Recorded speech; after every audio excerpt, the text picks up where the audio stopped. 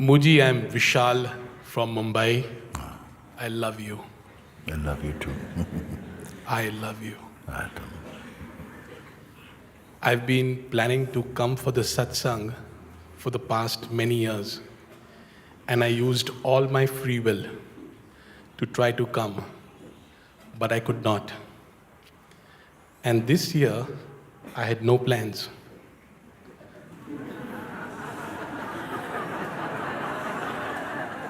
But I'm here.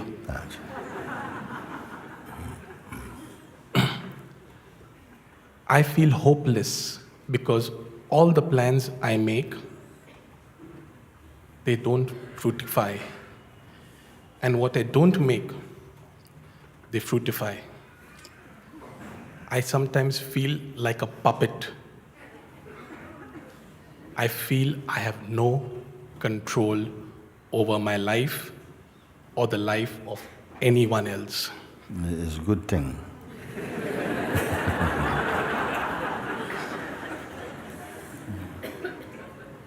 So my specific question, which has been haunting me for last so many years, and even though many people have asked you, but I'm a lawyer, so I may be able to ask in a different way the same question.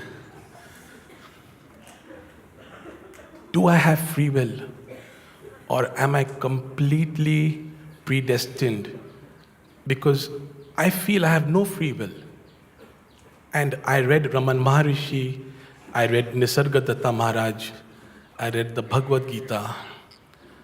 Krishna tells Arjun, you are not going to kill them, I have already killed them. Mr. Arjun, you are not the doer. I read Raman Maharishi, and in one of the books written about him, similar things that he says that maybe you are not the doer. I don't know, maybe my interpretation may not be fine, but Muji, can you, in just yes or no,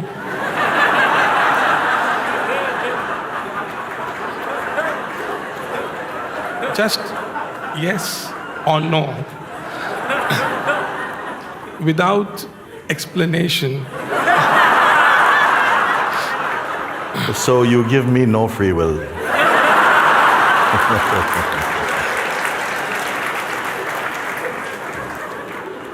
Explanation can maybe come afterwards, but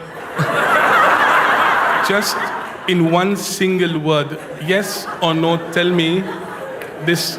Lawyer.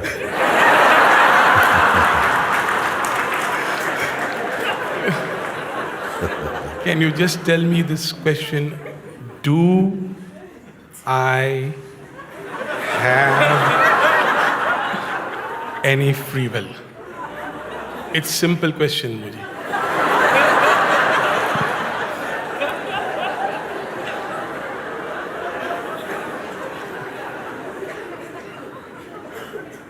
Yes and no.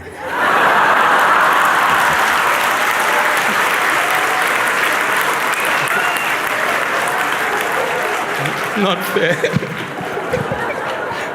That's the trouble, you see. You have limited expression of will, but not complete free will. Everybody, no one can contest that. You may have the free will to desire and to dream, but you don't have the will, the free will and the power to make your dream come true in the way you want. In fact, the whole thing about will and the one who will or won't is illusory, but perhaps it's too early to say that. Some other things have to be understood, which when they are understood, will also remove the dilemma and also the misconceptions and leave you very happy, quiet and free. You spoke about the isness.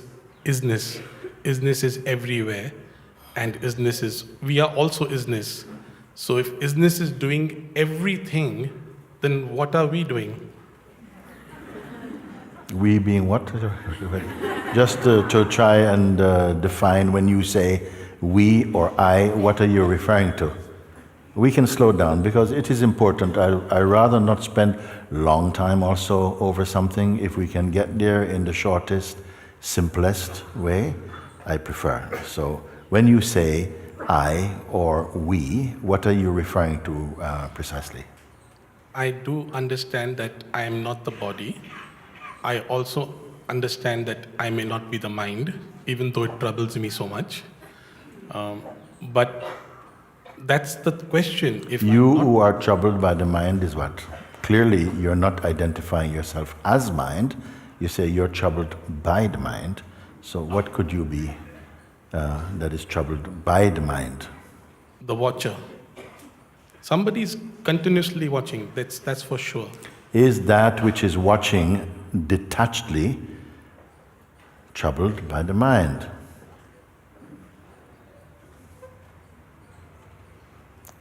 Can that which is observing the mind flow without attachment and without identity, simple, clear, sober observing, can that be affected or troubled by the mind?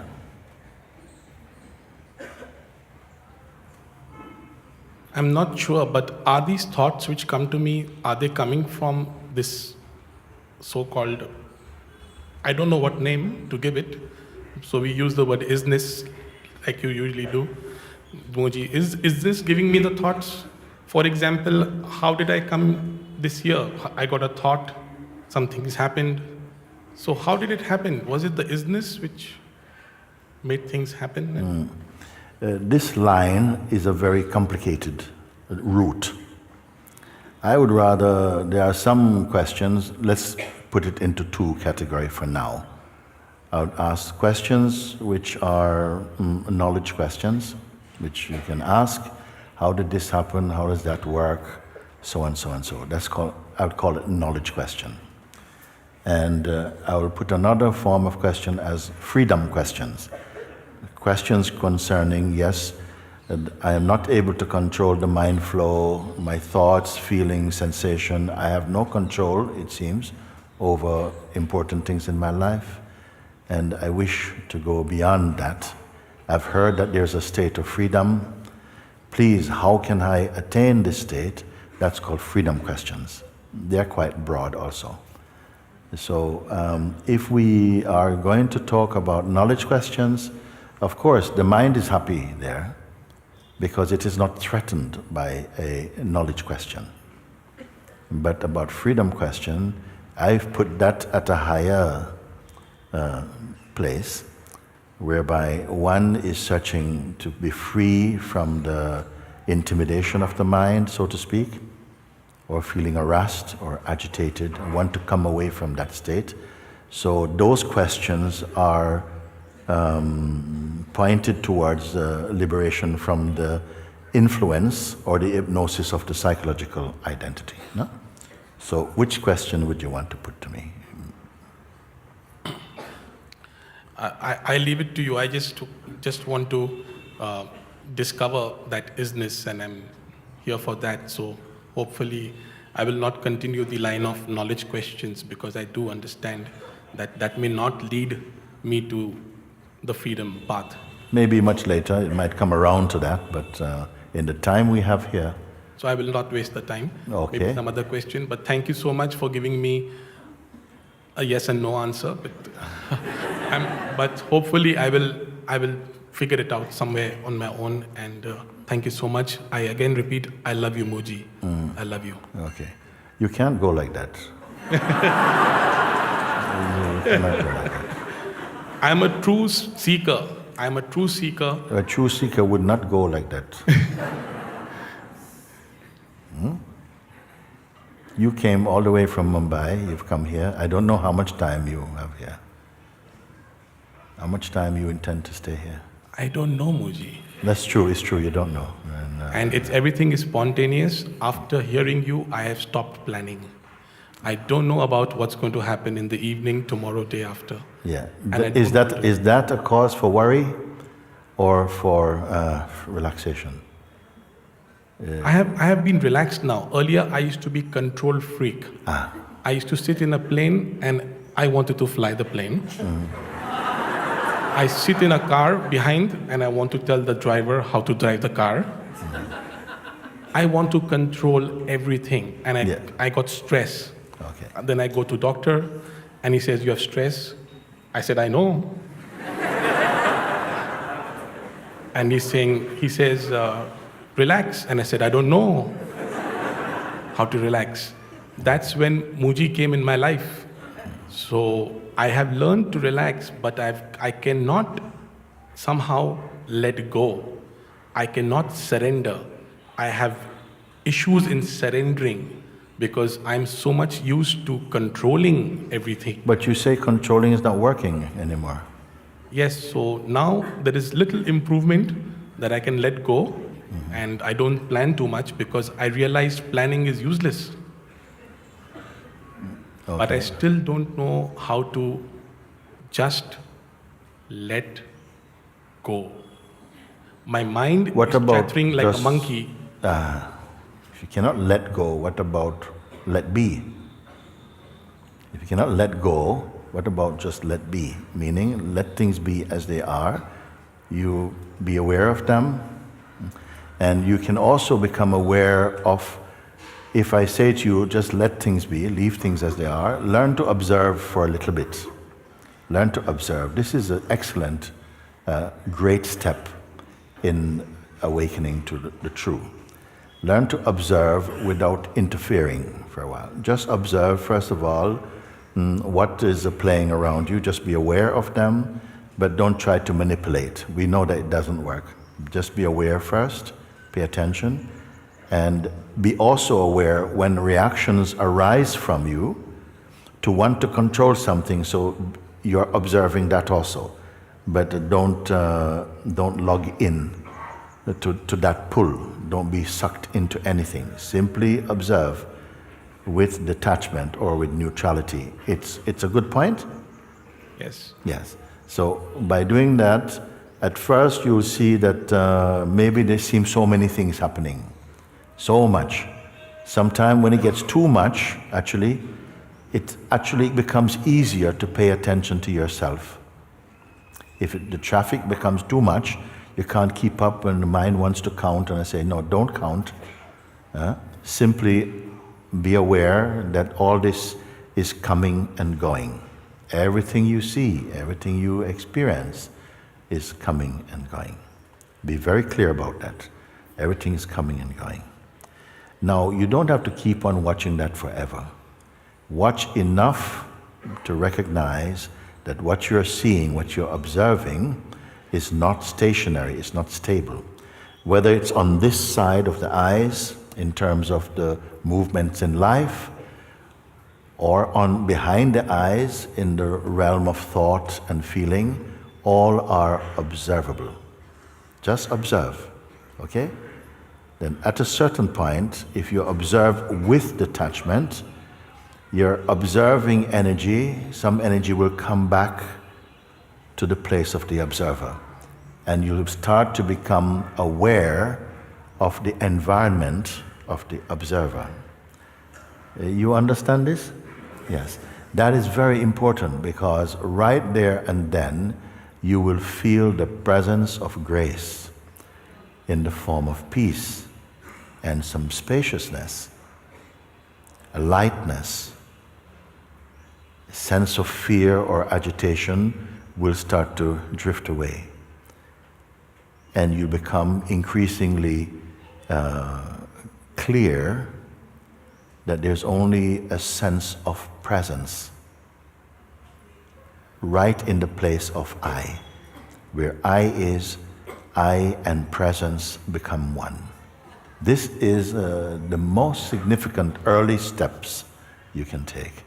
Then you become aware that everything is occurring within and to that sense of presence. So the I, naturally the feeling I is there, even before knowledge. In fact, the I is the first knowing, It is the unlearned an unconditioned way in which you know your existence. It is the first knowing. The arising of I is the first knowledge. It is there before the sense of you, because you is relative to I. It is I that sees the sense of you. Actually, there is no you, there's only I. Because when you say, I can see you, the knowledge in that form is also knowing itself as I. If you understand this simple thing, it will also begin to reveal more of its mystery, which will deeply please you. And it will give you a lot of encouragement, and you'll become naturally more and more attracted to that state of peace. Even as we are speaking now and you are listening, it is already spreading inside you. A natural feeling of being.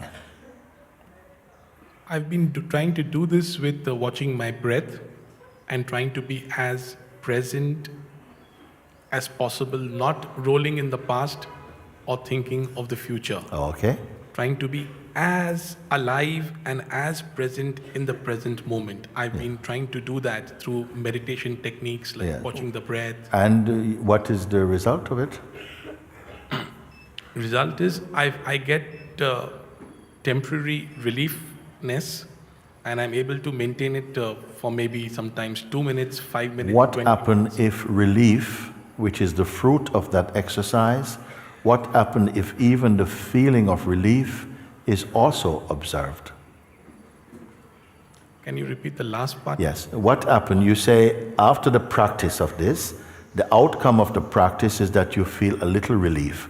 Maybe it doesn't last for very long, but relief is experienced. And normally at this point, many people take that as the prize and say, now thank you, I've got my relief and so on. But I will press you a little further to say, don't get excited. Relief also is observed. Then when you pay attention that relief also is something observable, okay, and you don't just combine yourself with relief, the space in which relief is experienced becomes very, very, very alive for you. You cannot just call it relief. You see? And continue like that. What else comes? Maybe relief comes and then relief goes. Relief going is also observed. That which observes relief coming and relief going, that does not come and go. Pay attention to that. It does not have any shape or form. It is not a concept. Pay attention to that. Just paying attention is yielding, it's giving back a tremendous awareness of yourself. That is the real fruit of spiritual pursuit. Otherwise, mind arises is judging. I felt relief, but it's only for 10 minutes, and then more things come, and then after that, this thing. So the mind will come, and it's going to ramble on, and because you abandon prematurely your observing, the mind take over and say, it's not so successful because all this is happening again, and the same mind is doing it. So is it possible to remain in this state 24 hours? No, no need. First of all, if you are hungry, you go fishing, and you are fishing out there. After you catch the fish, do you have to stay all day? No, you catch your fish, it's okay for now. Eat your fish. So what I mean by this is that is to really, if you follow, you can still follow with me? Yeah, so when you are observing like that, you see, what's happening is that you're protecting, in some way, your field of being. So it is not intruded upon by the mind flow. Right. You're becoming much more self-aware. Right. Not object-aware, but self-aware. And this self-awareness is what you are longing for. Right. You see? So once you feel this, if there's more, you will enjoy also observing. You will enjoy this play of observing.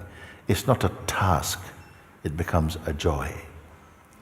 Because each time you look, but you don't identify with what you see, in the beginning it might feel difficult, because the reflex of habit is to keep going back to the old identity as a reference point. But as you observe with detachment, you'll become aware of just the spaciousness in the place where you are. That is. And so you'll become naturally attracted to that state, and you'll want to be there more. It's a natural attraction, not a fatal attraction. So when I feel good in such a state, should I label it as good and actually feel good, because my goodness is immediately followed by its dual a thing of not feeling so good. Yes, pay attention now. So when that sense, that spaciousness, that joy is felt inside, you see, what it's actually doing is not building up the person, it's weakening the personal sense, which is the cause of much mischief. There is a sense of goodness, of lightness. As you keep on just observing that, don't try to make it anything, just observing, then it will convert the I that has become the person who wants to control into the presence which observes and radiates peace. Can I say that when I'm fully aware, the mind that time does not exist? When you're aware, it means that you are self-aware. You can be aware of mind, but you're not sucked into the mind flow. You're able to observe it, but with detachment. When you observe anything with detachment, you keep the power of your presence. When you observe something with interest or desire, you hemorrhage energy, and the energy goes and it's just dissipated and it's lost quickly.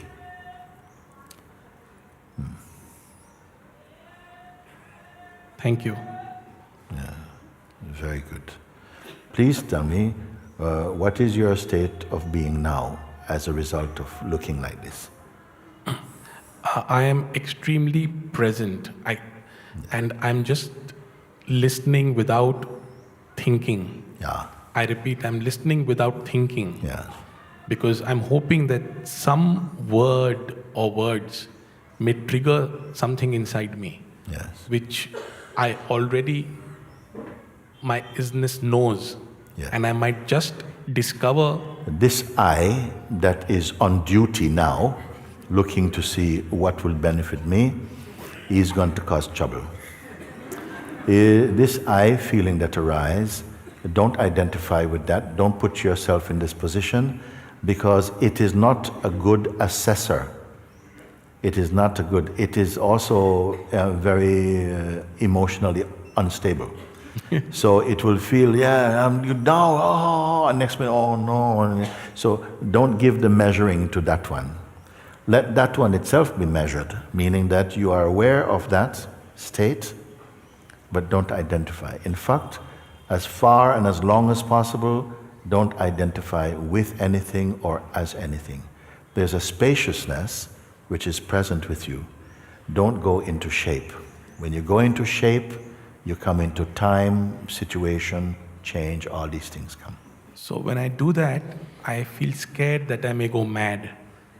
I feel I might become a zombie. Yes. I might forget who I am. Yes, the mind is going to throw some mud at you for a while, and you have to take it for a bit. It will begin to come up like this in the form of, yes, this thing, for instance, what you mentioned, like I'm going mad.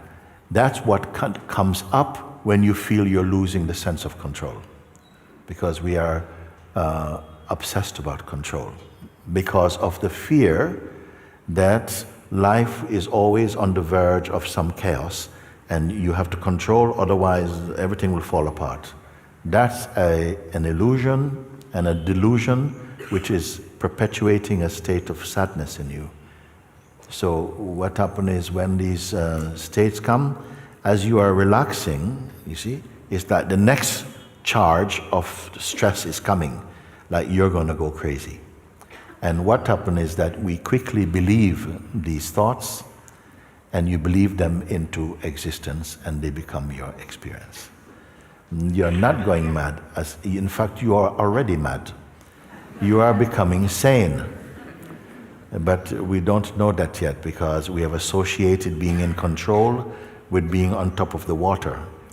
So this, you must also relax and trust, because every step when you are searching for truth, even if it feels like it's bitter, it's going to turn to be to your advantage.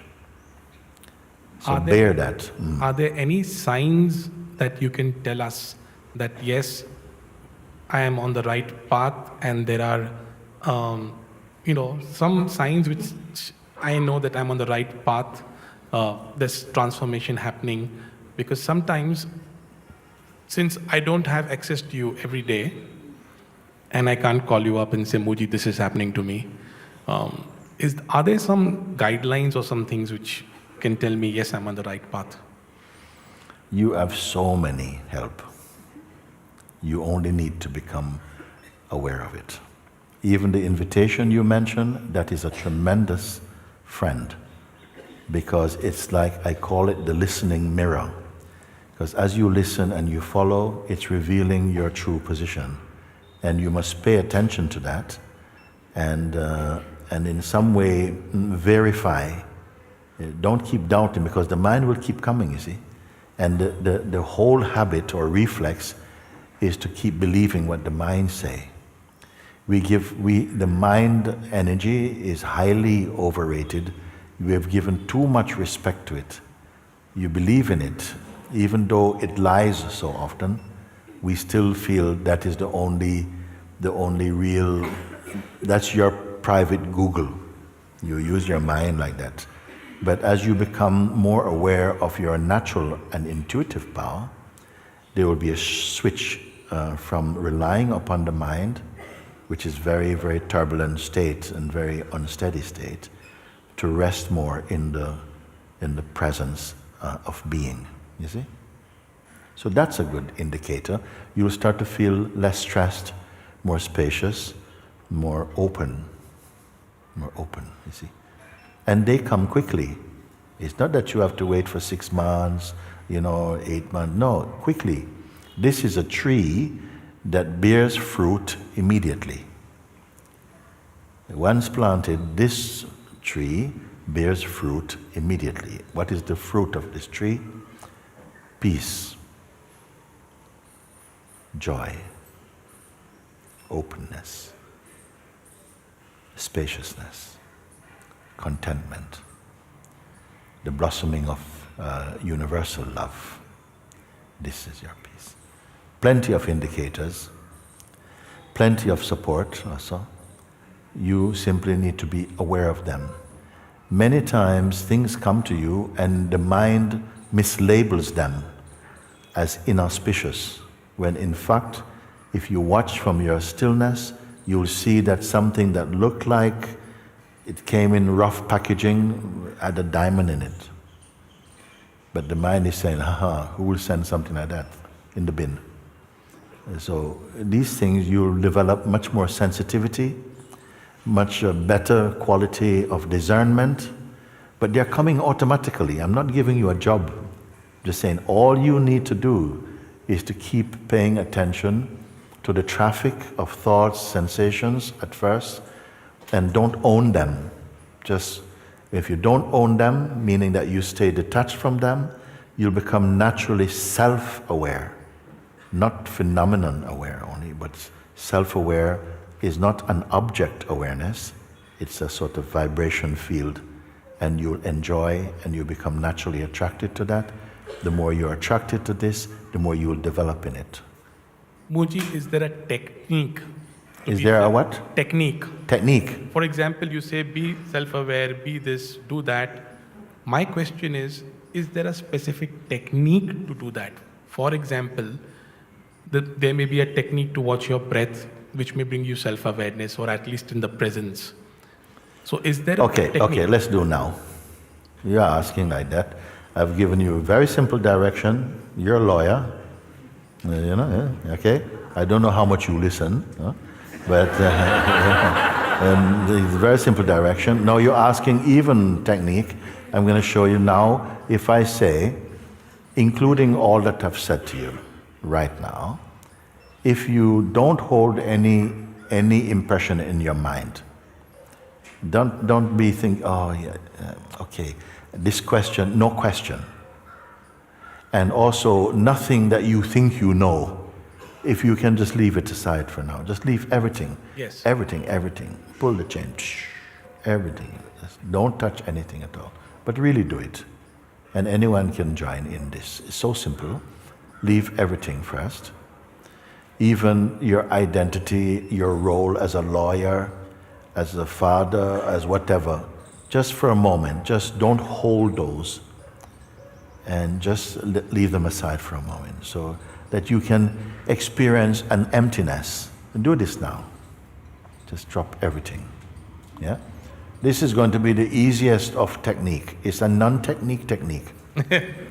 Drop everything. Just don't hold on, don't carry, don't put anything in any pocket or nothing. Leave everything. Keep doing.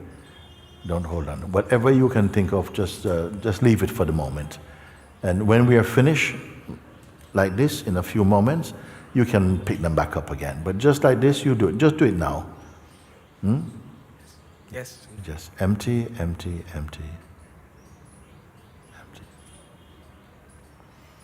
You are not a container of information now. Beyond memory, don't refer to memory or time. Just like that, empty. And everyone can do this. This is one of the great free gifts of life. Empty. And don't pick anything up now. So empty.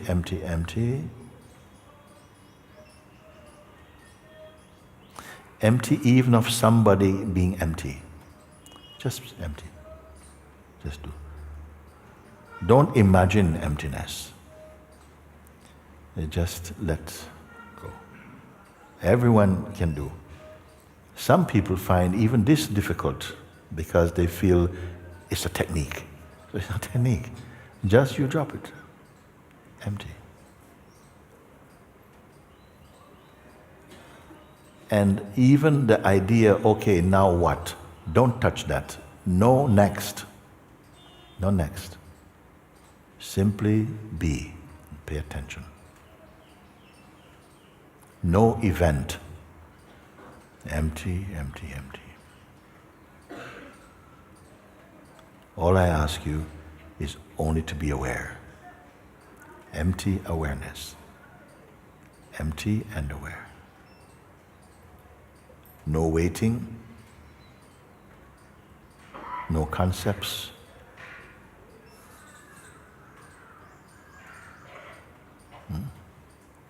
Maybe mind wants to come in to say something, but not right now. Later. Empty. Stay empty. Okay. Empty. Now. Like this. Just pay attention first that it is possible. First thing, that it is possible to drop everything. Okay? Don't pick anything up. And even the sense that, okay, I have done it. Don't touch even this. You have done nothing at all. You just allowed the usual habit to not be engaged with. That's it.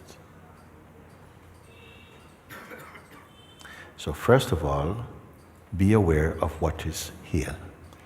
If everything can be taken out, you will come now to see everything I have left out.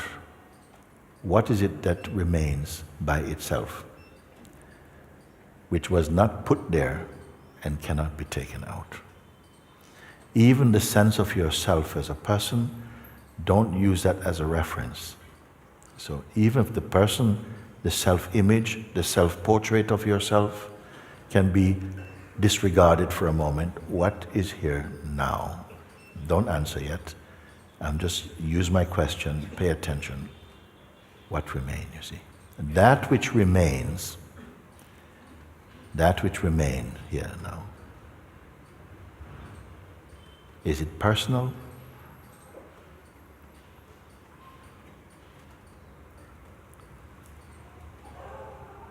Does it have to make any decision?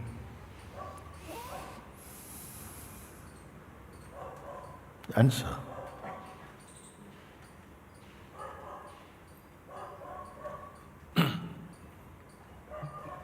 That which remains cannot be described in words or symbols,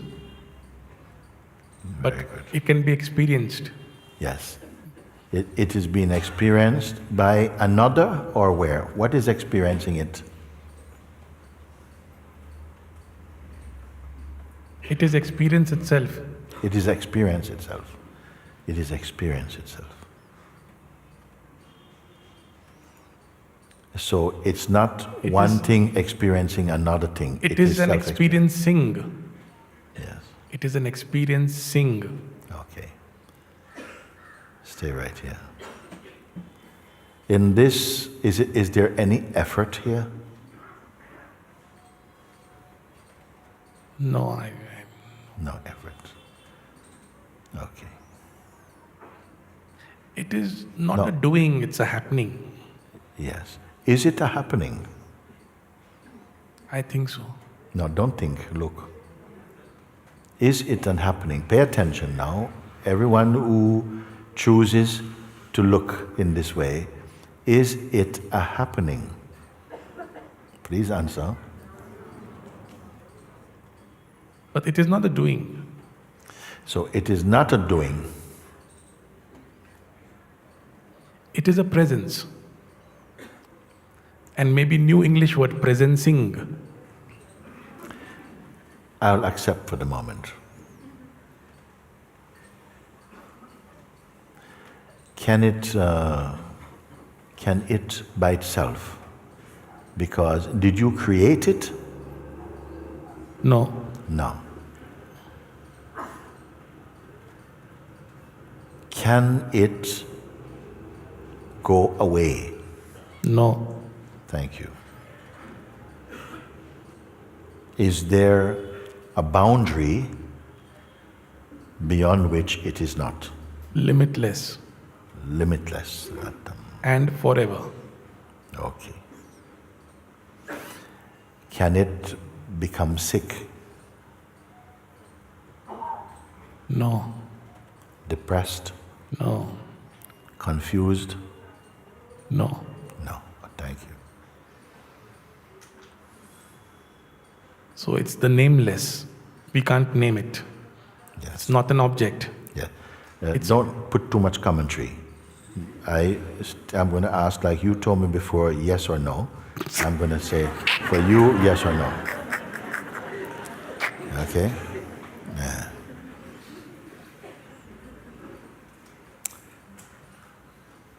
You are becoming aware, and you are aware of it now, but where has it been all this time? Always been here. It's always been here. How do you know it's always been here?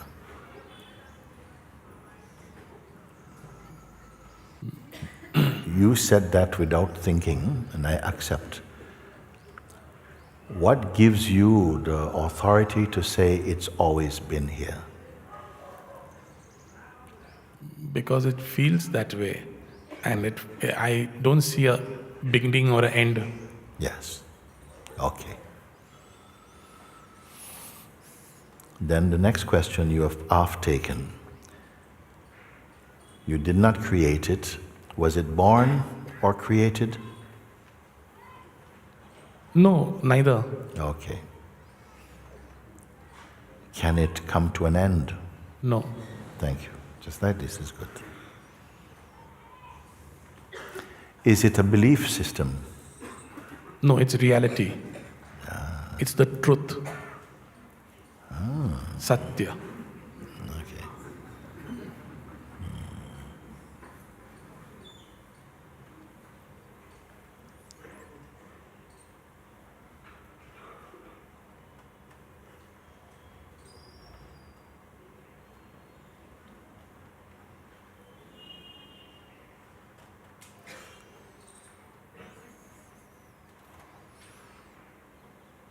Is it bound by time? Not at all. Timeless.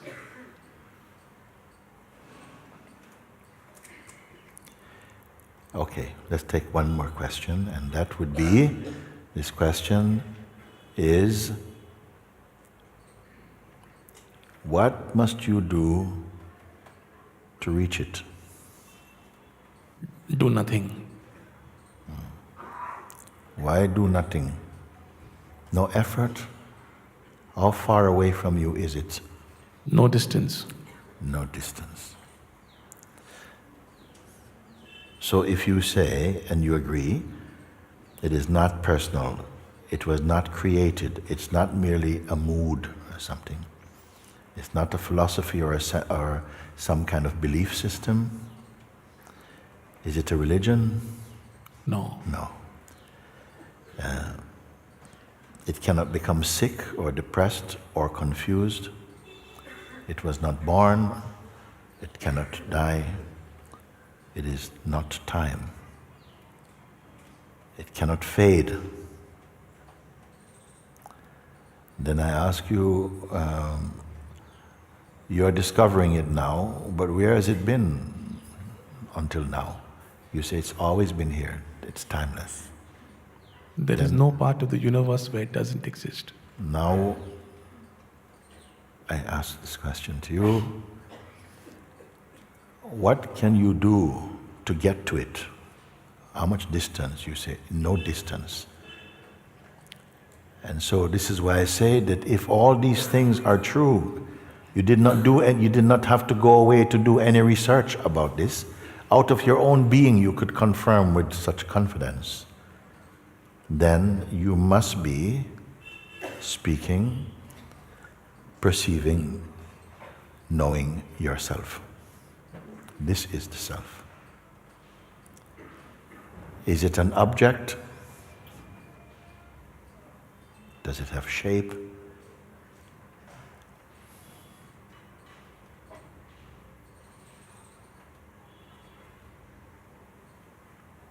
Now comes this I feeling. The I feeling that comes and say, yes, but how can I use it? Will it help me to find a better job? And then who is this me? Where it come from? Because this is what I say when the mind will come. And it is important that the mind come because your understanding must be tested. The mind will come in the most powerful way as I. It will arise as I itself. It says, how can I do this? How can I keep staying here? I said, how are you staying here at the moment? Are you staying here? So until this question comes, and if this question is accepted, then comes a doubt, then comes some struggle. Just like that. Simply what to do? Keep marinating your attention in this natural self-discovery. Don't let it turn into any story. You don't need any adventures. Simply marinate your attention in it. And gradually, the noise of mind and the duality and all of these things, they are completely thinning away. This is your sadhana, if you want to say, meaning your practice. Because mind will keep coming and saying, oh, it was much better yesterday. The self cannot be better one day and less one day. So it's just a question of whether it can trick you into purchasing duality again in this way. And this you must watch. Vigilant watch. And as you keep looking, sometime man will say, but how long I've got to keep looking? You know, it's just so, we're not getting anywhere. And to see if something comes from you, which is judgment, identification, it will try to appeal to these energies or powers in you. If it catches them, it will pull you into some shape. You remain shapeless. Simple thing. If you can do this, because this is what the sages have done, if you want to say do, they've paid attention, they've understood the mechanism of the psychological identity, and they have transcended its influence, just like you. But if you go with habit and, I don't know, it was very nice when I was in Rishikesh, but now I don't know, and anyway, I can't call Muji, he's too far away, and you're back into role as Mr. Stupid. Because that's what it is. The mind in the form of ego is stupidness, believing in itself. So you have been shown now to what extent you will accept this simple guidance, simple and effective, immediate effectiveness of this guidance. As soon as you come to this seeing, I say to people, a storm is coming. A storm is coming. What it means? That the mind is going to come. And the only way it can blow you is by getting you to re-identify personally. Because right now, if you're followed, you are not a person. You are the pure consciousness. Mind can only intimidate you or to somehow overwhelm you if it gets you to become personal. And that has been easy in the past. Let's see how easy it is now. And he will keep coming. And the more you don't say, oh, why does the mind keep coming and why does it keep coming? Because that itself is mind. You already picked it up. You just observe what it, observe and stay in that neutrality. That is the most excellent advice I can give you right now. Honor it, that's all. Follow it, and you will yourself be the proof of its success.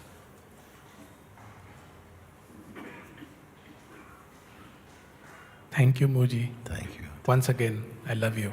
Love you too. Very good, very good.